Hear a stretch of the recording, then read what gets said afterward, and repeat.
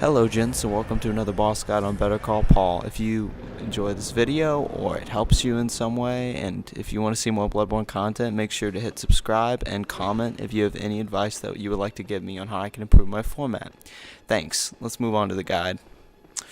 The first thing you'll notice when you enter the room is that it's empty except for one creature. First time I did this fight, I started attacking the creature and killed it and thought that I would somehow move on in the fight, but this is not the case. It doesn't even lower the witch's health by attacking the minion. The witches you are looking for are invisible, in fact. And there are two, which is worth noting. There's one health bar, but there are two of them. The second one will appear later. Ignore the monster and run around the arena. You're going to want to search for the witches. They're invisible, and the only way to reveal them, as far as I know, is to walk next to them. As soon as you find them, use your highest damage moves, whatever combos you know of that your weapon can do. For me, I should be using the spin attack each time, but with the first few attacks I'm timid because I'm not sure of how exactly to combat them. They'll disappear once you hit them a few times, but this just means that you have to restart your search all over again. Once again, I say, ignore the monsters.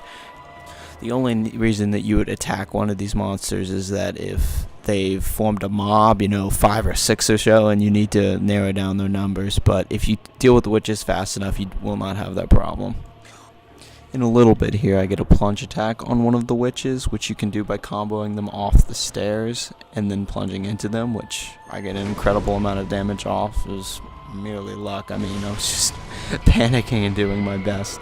That brings me to another point. When you're looking for them, make sure to look everywhere on the arena, even upstairs. You go up that flight of stairs and they're up there. Not only does it give you a chance to deal more damage, but if you miss them, then it gives them time to spawn minions. So it's important to search the whole room as quickly as possible. Okay, so now's about the time where I kill the first witch. After this will spawn the second one. I thought that the battle would be over after this, but this is Bloodborne. They'll give you another part to deal with. In this second phase, there are 2 witches. The first one will come back to life shortly after the second one spawns, so you'll have to deal with 2 of them at a time. And this is the first time that I noticed their 2 attacks. One of them is an AoE, and you can tell when they're about to do this because they'll glow pinkish/purple. And when they do this, they'll just have an AoE blast. And it's not that powerful, but it'll knock you back and prevent you from doing more damage, so I would let them pull that off and then charge in afterward. The second attack that you have to look out for is the blue orb attack. They'll shoot 3 blue orbs at you, and if they hit you, you'll be stunned for a long period of time.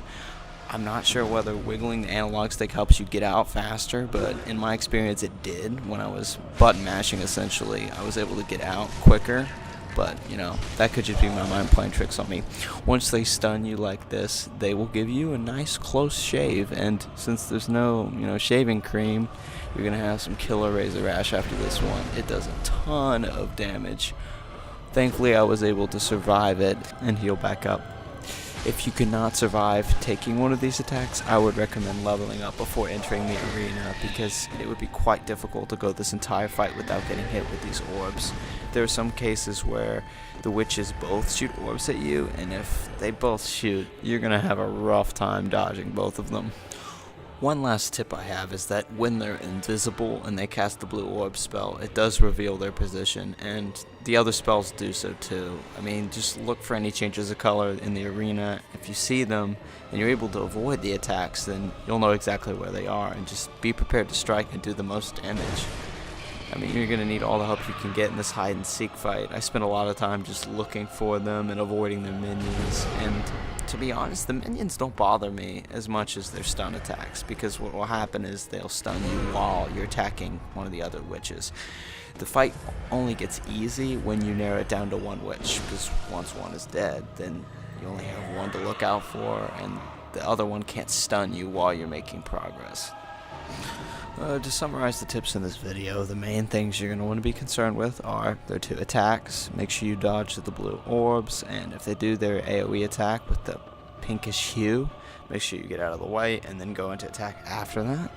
One other thing, make sure to ignore the minions. They're only a threat when they get up close and personal with you, and all you got to do is back away. If they're near where one of the witches appears, just back away. Don't take the risk, because these guys can stagger you to death. That's what actually happened on my first attempt. don't mess with the minions. It's not worth it. It's high risk, low reward. There's no point to it. Don't waste your time. And lastly, as far as dealing with the metagame and what mindset you should have going into this fight, I would recommend being aggressive. I was too timid in this fight, and thus it lasted longer than it needed to be. I would recommend, cowboying up or cowgirling up. For the rest of this video, I'll be joining you in watching the footage to see if there are any more tips I can give and add commentary up until the end. I hate ending my video commentary early, so we're going to finish this one out. Yes, Paul, dodge those blue balls. How did I even survive this fight? That was such a close call. Get your hits in. I don't know why I'm doing that combo. I should be holding R2 and doing the spin move. Oh dear lord. Man, that is a brutal attack. It's when those PS4 graphics really come in handy. That close shave. So brutal. Goodness.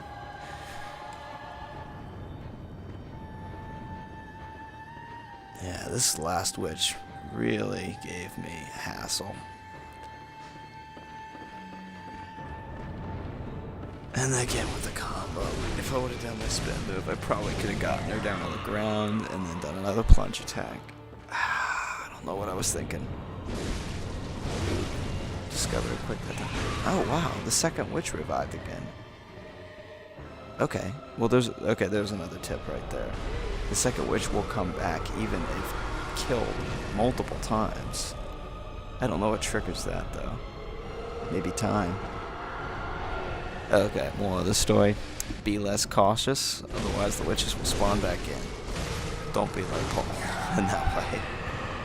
I mean, I do win in the end. I mean, that's gotta count for something. I need like a heart rate monitor while I'm fighting these bosses. Then you might be able to sympathize with me.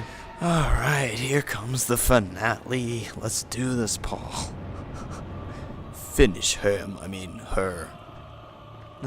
Alright, so we're a little ways off from the finish. Here we go. This is it. And this is an amazing ending. Watch it. Just when you think you got him. Ah! And it looks grim. But we rally after the wow. Okay, that move. That move is probably why this video is 8 minutes. I'll see you guys later. Have a good one.